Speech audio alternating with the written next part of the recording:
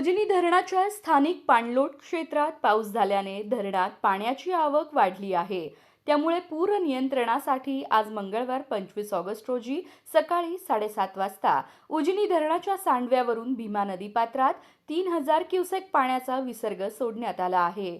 आवश्यकतेनुसार या विसर्गात आणखी वाढ होण्याची शक्यता आहे. धरणातून विसर्ग सुरू झाल्याने नदीकाठच्या नागरिकांना प्रशासनाने सतर्कतेचा इशारा दिला आहे. नदीपात्रात कोणीही उतरू नये, तसेच नदीपात्रातील साहित्य, वाहने आणि जनावरे तातडीने सुरक्षित ठिकाणी हलवावीत असे आवाहन करण्यात आले आहे. सखल भागातील नागरिकांनी विशेष खबरदारी घ्यावी असेही सांगण्यात आले आहे. 25 ऑगस्ट रोजी सकाळी 6 वाजताच्या आकडेवारीनुसार उजनी धरणातील एकूण पाणीसाठा 117.17 टीएमसी तर उपयुक्त पाणीसाठा 53.51 टीएमसी आहे.